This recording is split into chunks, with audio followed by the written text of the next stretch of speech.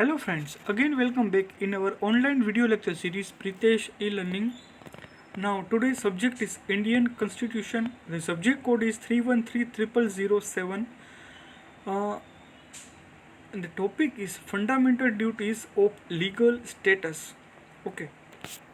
Now in today's lecture we are going to discuss what are the fundamental duties. Okay. Now, what are the fundamental duties? Fundamental duties are defined as the moral obligation of all the citizens to help promote a spirit of patriotism and uphold the unity of India. એટલે કે fundamental duties મૂળભૂત ફરજો કે જે moral obligation એટલે કે આપણી નૈતિક જવાબદારી છે કે જે ભારતની એકતા અખંડિતતા અને સાર્વભૌમત્વ માટે ખૂબ જ જરૂરી છે અને આપણે એનું પાલન કરવું જોઈએ. This duties set in part 4A of the Indian constitution એટલે કે ઇન્ડિયન કોન્સ્ટિટ્યુશન ભારતના સંવિધાનની અંદર ભાગ 4A અંદર આપણી ફંડામેન્ટલ ડ્યુટીઝ જે છે એનો ઉલ્લેખ કરેલો છે. they are held by the Supreme Court to be obligatory for all the citizen એટલે કે મૂળભૂત ફરજોનો ન્યાયાલય દ્વારા અમલ કરાવી શકાશે નહીં. ઓકે, જે મૂળભૂત કર્તવ્યોને ન્યાયાલય દ્વારા લાગુ કરાવી શકાતા નથી. બરાબર. Now, what are fundamental duties? Okay, the fundamental duties were included in the Constitution by the 42nd Amendment Act in 1976.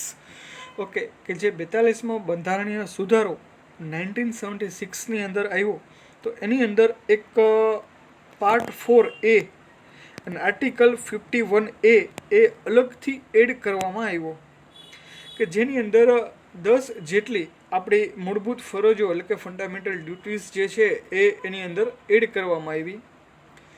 The recommendation were passed in 1976 and came into effect on 3rd of January 1977. એટલે કે એનું recommendation જે છે 1976ની અંદર અને એનો અમલ જે છે 3rd જાન્યુઆરી 1977ની અંદર એક આપણા ભારતના સંવિધાનની અંદર પાર્ટ 4A અલગથી એડ કરવામાં આવ્યો અને આર્ટિકલ 51A એ એડ કરવામાં આવ્યો. એ 42મા બંધારણીય સુધારાથી આપણા ભારતના સંવિધાનની અંદર એડ કરવામાં આવી ફંડામેન્ટલ ડ્યુટીઝ. ત્યારે એની અંદર 10 જેટલી મૂળભૂત ફરજો જે છે એ એડ કરવામાં આવી. નાઉ the originally 10 in number, the fundamental duty were increased to 11 by the 86th amendment in 2002.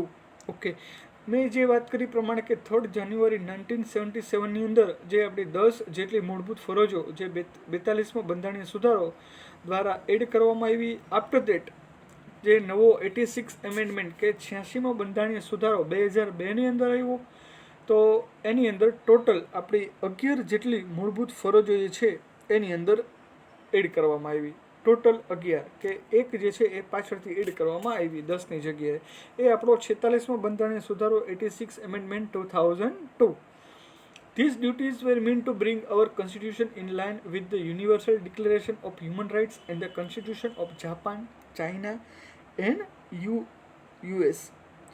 Okay, કે જે આપણું બંધારણીય સંવિધાન છે એની અંદર મૂળભૂત ફરજો જે છે એ જનરલી જાપાન, ચાઇના અને યુએસ તેમાંથી એનો બેઝ જે છે એ લેવામાં આવેલો છે. Okay, it was adopted base on the recommendation of Swaran Singh committee. Okay, જે સ્વર્ણસિંહ કમિટી જે છે એના દ્વારા એનું રિકમેન્ડેશન જે છે એ આવ્યું અને એના દ્વારા જે છે એ આપણા બંધારણની અંદર 42મો અને ત્યારબાદ 86મો બંધારણીય સુધારો કરવામાં આવ્યો. એના દ્વારા ટોટલ 11 જેટલી મૂળભૂત ફરજો જે છે એ આપણા બંધારણની અંદર એડ કરવામાં આવી. બરાબર. ક્વેશ્ચન જે છે એવો છે કે ભાઈ કઈ સમિતિની ભલામણથી ભારતના બંધારણમાં મૂળભૂત ફરજો ઉમેરવામાં આવી તો એની અંદર આવશે સ્વર્ણસિંહ સમિતિ. ઓકે, એના પછી આગળ વાત કરીએ કે આપણી ફંડામેન્ટલ ડ્યુટીઝ જે છે the fundamental duties of every citizen of India according to the constitution are. તો એની અંદર ફર્સ્ટ ટોટલ 11 જે છે આપણે ડિસ્કસ કરશું. આપણે આગળ જોયું એ પ્રમાણે કે ભાઈ 2002ની અંદર 86 એમેન્ડમેન્ટ 86માં બંધારણીય સુધારા દ્વારા ટોટલ 11 જેટલી ફંડામેન્ટલ ડ્યુટીઝ જે છે એ આપણા કોન્સ્ટિટ્યુશનની અંદર છે. એ પહેલાં 1976ની અંદર 42nd એમેન્ડમેન્ટથી 10 જે છે એ બંધારણીય સુધારો કરવામાં આવ્યો, 42માં બંધારણીય સુધારો, અને એના દ્વારા ટોટલ 10 મૂળભૂત ફરજો આર્ટિકલ 51A પાર્ટ 4 એની અંદર એડ કરવામાં આવ્યું.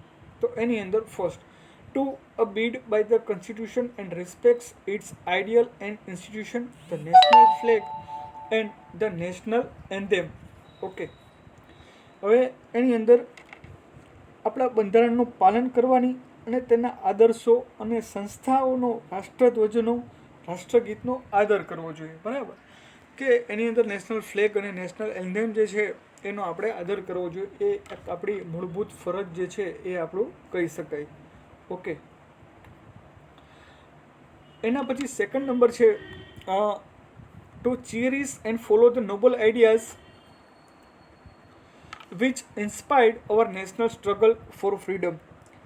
એટલે કે સ્વતંત્રતા માટેની આપણી રાષ્ટ્રીય લડતને પ્રેરણા આપનાર ઉમદા આદર્શોને આપણા હૃદયની અંદર પ્રતિષ્ઠિત કરવાની અને અનુસરવાની. કે નોબલ આઈડિયાઝ હોય એને આપણે ફોલો કરવો જોઈએ, કે જે એક આદર્શ કહી શકાય, કે ઉમદા આદર્શ કહી શકાય, એને આપણે અનુસરવું જોઈએ. બરાબર, દાખલા તરીકે આપણા ઘણા બધા સાયન્ટિસ્ટ છે, એની પાસે ઘણા નોબલ્સ આઈડિયા હોય, એની પાસે નવું ઇનોવેશન રિસર્ચ હોય, તો એને આપણે જનરલી ફોલો કરવું જોઈએ. એના પછી થર્ડ છે to uphold and protect the sovereignty, unity and integrity of India.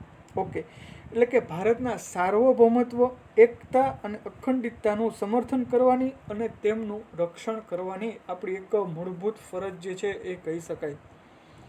એના પછી fourth number, to defend the country and render national service when called upon to do so. Okay, એટલે કે દેશનું રક્ષણ કરવાની અને રાષ્ટ્રીય સેવા બજાવવાની હાકલ તથા રાષ્ટ્રીય સેવા કરવાની. કે જ્યારે કન્ટ્રીને જરૂર પડે ત્યારે આપણે સેવા માટે તત્પર રહેવું જોઈએ, અને રાષ્ટ્રની સેવા બજાવવા માટે જ્યારે પણ હાકલ થાય ત્યારે આપણે હાજર રહેવું જોઈએ. એના પછી fifth one, to promote harmony and the spirit of common brotherhood amongst all the people of India, transcending religious, linguistic and regional or sectional diversities, to renounce practice and derogatory to the dignity of woman. એટલે શું થાય? એટલે કે ધાર્મિક, ભાષાકીય, પ્રાદેશિક અથવા સાંપ્રદાયિક ભેદોથી પર રહીને ભારતના તમામ લોકોમાં સુમેળ અને સમાન બંધુત્વની ભાવના જે છે એની વૃદ્ધિ કરવાની. પ્લસ જે આગળ આપણે વાત કરી પ્રમાણે કે સ્ત્રીઓના ગૌરવને આપણે અપમાનિત કરે તેવા વ્યવહારો છે ને એ દૂર કરવો જોઈએ. કે આપણે સ્ત્રીને મોટિવેટ કરવી, એનું કોઈ પણ કામ છે. અત્યારે તમે જોઈ શકો છો ઘણા ફિલ્ડની અંદર વુમન છે જે છે એ આગળ પડતા છે. બરાબર, દાખલા તરીકે આપણે વાત કરીએ કલ્પના ચાવલા જે છે એ સ્પેસની અંદર ઘણા બધા આગળ પહોંચી ગયા. બરાબર છે. આ ઉપરાંત ઘણા જે વુમન જે છે એ ટ્રેન એન્જિનનું એ ડ્રાઈવર પણ કરે છે. આ ઉપરાંત આર્મીની અંદર તમે જોઈ શકો છો, આ ઉપરાંત નેવીની અંદર જોઈ શકો છો કે ઘણા બધા વુમન જે છે એ જનરલી ઘણી બધી ફિલ્ડમાં જે છે આપણે વિચારી પણ ના શક્યું હોય. એટલે કે સ્ત્રીઓનું ગૌરવ જળવાઈ રહે એ પ્રમાણે આપણે એના આદર્શો જે છે એને આપણે ફોલો કરવા જોઈએ. આ ઉપરાંત 6 નંબરની આપણે વાત કરીએ, to value and preserve the rich heritage of our composite culture. એટલે કે આપણી સમન્વિત સંસ્કૃતિના સમૃદ્ધ વારસાનું મૂલ્ય સમજી અને તેનું જતન કરવું જોઈએ. જે આપણો પ્રાકૃતિક જે સૌંદર્ય વધારતું હોય, જે આપણો વારસો હોય, કે એનું આપણે જનરલી જતન કરવાની આપણી એક ફંડામેન્ટલ ડ્યુટીઝની અંદર છે.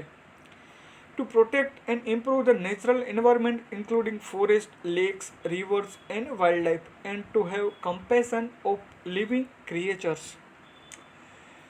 એટલે કે આપણા જંગલો, તળાવો, નદી અને વન્ય પશુઓ સહિત કુદરતી પર્યાવરણનું જતન કરવાની અને તેની સુધારણા કરવાની તથા પ્રાણી માત્ર પ્રત્યે દયાભાવ રાખવાની આપણે એક ફંડામેન્ટલ ડ્યુટીઝ કહી શકાય. બરાબર છે કે જંગલો, તળાવો, નદી છે, વન્ય પશુઓ છે, બરાબર, એનું આપણે જનરલી જતન કરવું જોઈએ. પ્લસ આપણા પર્યાવરણને કોઈ પણ જાતનું નુકસાન ન થાય એ પ્રમાણે અત્યારે પ્લાસ્ટિક વેસ્ટ જે છે એ જનરલી જંગલની અંદર લઈ જવાની મનાય છે. બરાબર, તો જનરલી આપણે એ બધી વસ્તુનું જનરલી ધ્યાન રાખવું જોઈએ. અને પછી 8 નંબર છે to develop the scientific temper, humanism and the spirit of inquiry and reform. એટલે કે જાહેર મિલકતનું રક્ષણ કરવાની અને હિંસાનો એક ત્યાગ કરવાનું આપણી ફંડામેન્ટલ ડ્યુટીઝ જે છે એ કહી શકાય. એના પછી 9th નંબર છે to safeguard public property and abjure violence. એટલે કે જાહેર મિલકતનું રક્ષણ કરવાની અને હિંસાનો ત્યાગ કરવો. એના પછી છે to strive towards excellence in all spheres of individual and collective activity so that the nation constantly rise to higher levels of endeavor and achievement. Okay, એટલે વ્યક્તિગત અને સામૂહિક વ્યક્તિના તમામ ક્ષેત્રોમાં શ્રેષ્ઠતા હાંસલ કરવાનો પ્રયત્ન કરવો, જેથી રાષ્ટ્ર પુરુષાર્થ અને સિદ્ધિના વધુને વધુ ઉન્નતો સોપાન તરફ સતત પ્રગતિ કરતો. એટલે કે રાષ્ટ્રને ડાયરેક્ટલી ઇનડાયરેક્ટલી બેનિફિટ થાય એવું આપણે કામ કરવું જોઈએ. અને કે આપણી તમામ કે જે પ્રવૃત્તિ કે જેના લીધે રાષ્ટ્રનો પુરુષાર્થ વધે, રાષ્ટ્રની સિદ્ધિ વધે, એવા આપણા પ્રયત્નો હોવા જોઈએ. એના પછી લાસ્ટ એન્ડ ફાઇનલ છે who is parent or guardian to provide opportunity for education to his child or as the case may be award between the age of 6 and 14 years. એટલે કે જે મેં આ લાસ્ટની અંદર વાત કરી કે 86 એમેન્ડમેન્ટની અંદર એક 11 આપણી ફંડામેન્ટલ ડ્યુટીઝ જે એડ કરવામાં આવી એ એક 11 આ હતી. એટલે કે માતા પિતાએ અથવા વાલીએ 6 થી 14 વર્ષ સુધીના વયના પોતાના બાળક અથવા પાલ્યને શિક્ષણની તકો પૂરી પાડવાની એક પેરેન્ટ્સની જવાબદારી કહી શકાય. આ 2002ની અંદર 86 એમેન્ડમેન્ટ દ્વારા ફંડામેન્ટલ ડ્યુટીઝ જે છે એ એડ કરવામાં આવી. Okay, now importance. Environmental pollution has become great cause of concern. These duties remind us to keep environment free from pollutants. Okay, આપણને ખબર છે કે દિવસે ને દિવસે એટમોસ્ફિયર જે છે એ જનરલી વીક પડતું જાય છે. તો જનરલી આપણે એન્વાયરમેન્ટ પ્રત્યે એટલે કે પર્યાવરણ પ્રત્યે એક ખરેખર આપણી જવાબદારી કહી શકાય કે એને ખરેખર નુકસાન ન થાય. બરાબર. The inclusion of providing opportunity for education for child as a fundamental duty is a big step forward towards safeguard of human rights and abolition of social injustice. Okay, જે 11મી ફંડામેન્ટલ ડ્યુટીઝ જે છે કે 6 થી 14 વર્ષના આપણા બાળકોને માતા પિતાની ફરજ છે કે એને શિક્ષણની તકો પૂરી પાડવી, એ ખરેખર આપણા સોશિયલ ઇન્જસ્ટિસ જે હતું એના માટે ખરેખર ઉમદા આપણી ફરજ જે છે માતા પિતાની કહી શકાય. તો જનરલી માતા પિતાએ 6 થી 14 વર્ષના બાળકને મફત અને ફરજિયાત શિક્ષણ અત્યારે તો રાઇટ ટુ એજ્યુકેશન અંતર્ગત આપવામાં આવે છે. તો ખરેખર એની જે પોતાના બાળક છે એને શિક્ષણની તકો પૂરી ખરેખર પાડવી જોઈએ. એના પછી છે utility and significance. The section fundamental duties was not a part of the original constitution. કે ફંડામેન્ટલ ડ્યુટીઝ જે છે એ ઓરિજિનલ પાર્ટ નહોતો. આપણે જોયું એ પ્રમાણે એને 42nd એમેન્ડમેન્ટ 1976 દ્વારા એને એડ કરવામાં આવ્યું. These were added to the constitution much later in 1976. The idea behind incorporation of fundamental duties was to remind the citizens of the country that they have certain obligation towards the country and society. કે આપણી એક citizen જે છે એ પોતાની નૈતિક જવાબદારી સમજે અને આપણી કન્ટ્રી જે છે એ ખરેખર આપણું રાષ્ટ્ર જે છે એ ખરેખર ઉન્નત સોપાનો સર કરે અને એક ઉન્નત રાષ્ટ્ર બનીને બહાર આવે. એટલા માટે આ જે ફંડામેન્ટલ ડ્યુટીઝ જે છે એ પાછળથી ઇન્ડિયન કોન્સ્ટિટ્યુશનના 42માં બંધારણીય સુધારો કરીને એડ કરવામાં આવી. એના પછી છે utility and significance. The three most important items in the list of fundamental duties are those requiring the citizen to respect the ideals of the constitution and the institution it establishes. એટલે કે જે citizen જે છે એ ખરેખર પોતાની નૈતિક જવાબદારી સમજે તો ખરેખર આપણું રાષ્ટ્ર જે છે એ ઘણું બધું આગળ આવી શકે છે. To promote harmony and the spirit of common brotherhood amongst all the people of India professing different religions, speaking different language and okay, તો જનરલી આપણે ધાર્મિક, ભાષાકીય અથવા તો પ્રાદેશિક ભેદોથી દૂર રહીને ભારતના તમામ લોકો સુમેળ અને સમાન બંધુત્વની ભાવના જો ખરેખર માણસના અથવા તો જે સિટીઝન જે છે એનામાં આવી જાય તો ખરેખર આપણું રાષ્ટ્ર જે છે એ ઘણા ઉન્નત સફરો અથવા તો ઘણું બધું આગળ આવી શકે. To safeguard the public property and the abjure violence, એટલે કે જાહેર મિલકત છે અને ખરેખર આપણે એનું રક્ષણ કરવું જોઈએ અને હિંસાનો ત્યાગ કરવો જોઈએ. એના પછી non enforceable and non justiciable nature. This means that no one can punish in case of their violation or non-compliance of any fundamental duty. Similarly, this duty is non-enforceable in nature. That is, no court can or any government body can directly enforce any of these duties on any particular citizen legally. એટલે કે મૂળભૂત ફરજોનો ન્યાયાલય દ્વારા અમલ કરાવી શકાશે નહીં. Okay, એટલે કે મૂળભૂત કર્તવ્યોને ન્યાયાલય દ્વારા લાગુ કરાવી શકાતા નથી અથવા તો ન્યાયાલય દ્વારા તેમને ફરજિયાત અમલમાં લાવવાની કોઈ વ્યવસ્થા કરવામાં આવી નથી. Now, non-enforceable and non-justiciable nature. But if the state makes a law to prohibit any act or conduct in violation of any of the duties, the court would uphold that as a reasonable restriction on the relevant fundamental rights.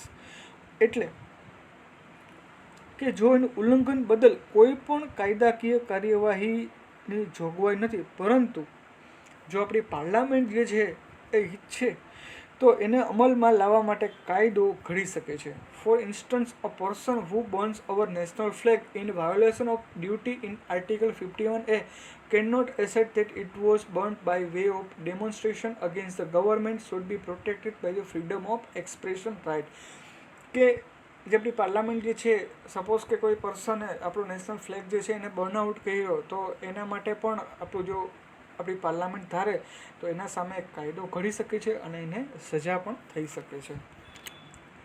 Now conclusion, and for the enjoyment of valuable fundamental rights, firstly we need to obey our fundamental duties seriously as law-abiding citizen and must realize that he has certain duty towards the nation to achieve the objective of Part 4A, that is national integrity and respect, because of Salmon said. Okay. એના પછી logo છે, there can be no right without a corresponding duty. બરાબર, એ fundamental rights જે છે, આપણા મૂળભૂત અધિકારો જે છે એ ફંડામેન્ટલ એટલે કે મૂળભૂત ફરજો સિવાય અધૂરા છે એવું કંઈક કહી શકાય છે આની અંદરથી. એટલે કે આપણું પાર્ટ 4A ફંડામેન્ટલ ડ્યુટીઝ મૂળભૂત ફરજો એ ખરેખર આપણા જે સિટીઝન એટલે કે આપણા પ્રત્યેની ખરેખર નૈતિક જવાબદારી છે અને આ 11 ફંડામેન્ટલ ડ્યુટીઝ જે છે એ આપણે દરેક વ્યક્તિએ એ ફોલો કરવી જોઈએ. Okay friends, thank you. We will meet in next lecture.